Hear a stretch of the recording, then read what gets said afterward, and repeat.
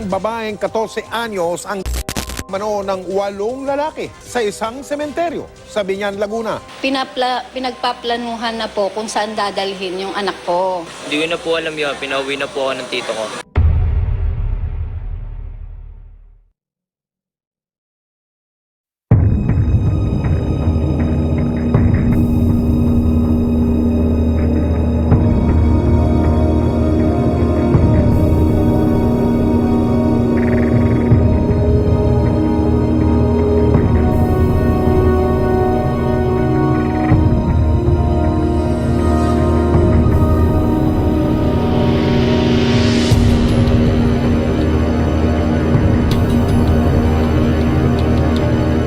Ang panghahalay ay isa sa mga pangunahing krimen sa ating bansa at sa ibang lugar sa mundo. Sinasabing matindi ang epekto sa reputasyon ng isang tao kapag ikaw ay nasangkot sa ganitong akusasyon, lalo na sa mga kaawa-awang biktima. Nag-iiwan ito ng sobrang trauma sa mga biktima na dinadala nila hanggang sa pagtanda at mga huling oras nila sa mundo at hindi agad-agad nabubura ang pait na sinapit nila mula sa mga abusado. Ayon sa datos na inilabas, mula taong 2016 hanggang taong 2021 ay naitala ang pinakamataas na kaso ng panghahalay. Ayon pa dito, naitala at lumobo ang mga kaso ng panghahalay noong 2017 na nagtala ng 2,604 o 2,604 na kaso ang nai-report. Kasama na ang isang panghahalay ng grupo na nangyari sa isang sementeryo sa Biñan, Laguna. Isang karumaldumal na krimen ang nabalitaan na gumulat sa mga residente ng komunidad at sa bansa. Nagbigay naman ito ng takot at pangamba sa mga kababaihan na nakatira sa nasabing lugar. Ang nai-report na balita ay kaugnay sa isang 14 anyos na dalagita na ginalaw ng 8 kalalakihan sa isang sementeryo sa Laguna. Ayon sa balita na ang mga suspect ay nilasing muna ang dalagita bago nila ito pagsamantalahan at sinasabing kilala rin ng biktima ang mga nasabing suspect. Ano ang totoong nangyari sa krimen? Sino ba ang mga tao na nasa likod ng pangyayari?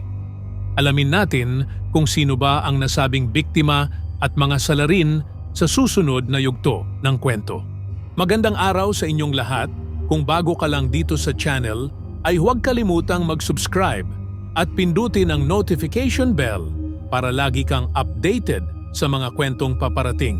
Noong Agosto 30, 2017 sa isang sementeryo sa Biñan, Laguna ay hinalay ng 8 kalalakihan ang isang dalagita na noon ay 14 anyos at nasa ika-7 baitang pa lamang na estudyante na itago natin sa pangalan na Grace. Ayon naman sa inay ni Grace, ay nakilala ng kanyang anak ang mga sinasabing suspect sa birthday party ni Mark Anthony Capina o kilala bilang Makmak kung saan siya ay naimbitahan. Ayon kay Grace, ay pinainom siya ng mga ito ng alak dahilan ng pagkaramdam niya ng pagkahilo at pagkalasing na nagresulta ng pagkawala niya ng wisyo. Agad siyang nalasing dahil hindi naman ito sanay uminom ng alak. Sa isang sementeryo sa Laguna, nagsimula ang kahayupan kay Grace. Walang awa, siyang pinagpasapasahan at ginalaw ng hindi lamang iisang tao, kundi 8 kalalakihan ang gumawa nito sa kanya. Ayon naman sa isang saksi na nakausap ng inay ni Grace na si Christian, sinabi nito na habang naggaganap ang party ay pinagplanuhan na raw ng mga suspect kung saan nila dadalhin si Grace para halayin at mapagsamantalahan ng grupo. Pinagplanuhan na pala si Grace habang nagkakasiyahan sa birthday party ni Makmak kung paano nila gagawin ang krimen at kung saan nila gagawin ito sa dalagita.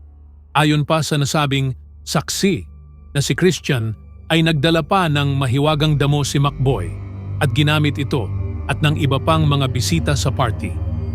Base pa sa pahayag ni Grace ay kasama sa mga humalay sa kanya si Mark Anthony Capina at isang binata na may pangalang Benji Cornejo. Ayon pa kay Grace, noong nagkaroon siya ng malay ay nakita niya si Mark Anthony Capina alias Mac Mac na nakaibabaw sa kanya at nasa bandang uluhan niya nakapwesto si Benji.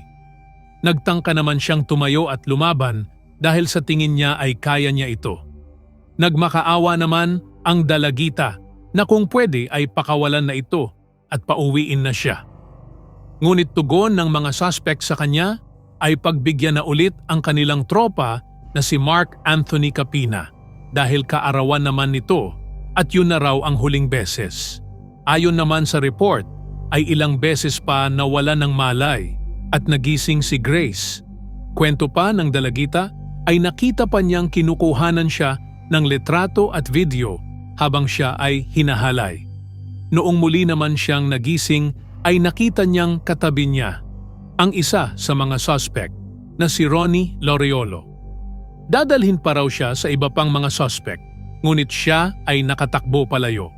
Wala naman daw nakita ang caretaker ng sementeryo na pumasok noong mga panahon na iyon dahil nakasarado raw ang gate ng sementeryo. Sa palagay raw ng caretaker ay umakyat sa pader ang mga suspect para makapasok sa sementeryo dahil ayon sa kanya ay nasira. Ang mga pangharang pati ang barbed wire ay nasira rin ng mga ito. Agad namang inireport ng pamilya ng biktima ang nangyari sa dalagita at agad namang nahuli sina Capina at Cornejo ng mga pulis. Kahit malinaw ang mga salaysay ng dalagita sa nangyari ay naitanggi pa rin nila Cornejo at Capina ang krimen na kanilang nagawa. Sabi pa nila ay wala na silang alam sa mga nangyari dahil pinauwi na raw si Mark Anthony ng kanyang tito sa bahay at kasama naman daw ni Benji ang kaibigang babae ni Grace noong mga oras na iyon. Pinaghahanap pa ang ibang mga suspect at inaalam pa ang tunay na pagkakakilanlan sa mga ito. Ang mga pangalan ng ibang suspect ay sina Wilfredo Hicana, Victorino Hornila, Lawrence Deza, Macboy Cervantes at alias Pao Pao. Ang kaso ni Grace ay maituturing din na child abuse dahil siya ay isang menor de edad. Kaya naman pwede pa makasuhan ang mga salarin sa kasong paglabag sa Republic Act 7610, Special Protection of Children Against Abuse, Exploitation and Discrimination Act o Batas na nagbibigay protection sa mga kabataan mula sa mga pang-aabuso. Kaya naman ayon sa nasabing batas ay ang mga suspect na mapapatunayan na lumabag dito ay haharapin ang karampatan na parusa sa nagawa nilang krimen. Ayon naman sa mga pulis, maliban kay Grace, ay meron palang ibang mga kaso ng panghahalay sa parehong bayan. Isa narito ay ang 17 taong gulang na estudyante na ayon sa impormasyon ay ginalaw mismo sa loob ng universidad na kanyang pinapasukan kung saan sinasabing 3 kalalakihan ang salitang gumalaw sa biktima. Isa pang kaso ang naitala ilang linggo matapos ang kaso ng estudyante, isang residente muli ng Laguna ang nakaranas ng panghahalay sa kaparehong lugar. Ayon sa report, ang biktima ay sa pilitang isinakay sa sasakyan dinukot at dinala sa isang lugar at ginahasa ng mga suspect. Meron pang lumabas na iba pang biktima ng panghahalay sa iba't ibang lugar ng Laguna at isiniwalat ang pang-aabusong naranasan nila sa mga kamay ng mga humalay sa kanila. Nakakapanglumong isipin na ang birthday party na puro sana kasiyahan lang ay mauuwi sa isang krimen na habang buhay nang dadalhin ng biktima. Ang inaakala niyang magiging masayang alaala ay mauuwi pala sa masamang alaala na babago sa kanyang buhay. Ang masakit pa rito ay ang mga tao na akala niya na mababait ay ang sisira sa kanyang pagkatao at magbibigay ng masilamuot na karanasan. Hindi matanggap ng kanyang mga magulang na ang kanilang anak ay mararanasan ito sa mura niyang edad.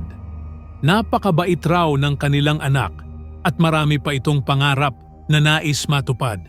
Kaya naman labis ang kanilang kalungkutan kahit masakit at kalunos-lunos ang naranasan ng biktima sa mga suspect, ay alam natin na lahat ng nangyari ay may rason kung bakit ito naganap at sa huli ay makakamit din ng biktima ang nararapat ng hustisya para sa kanya.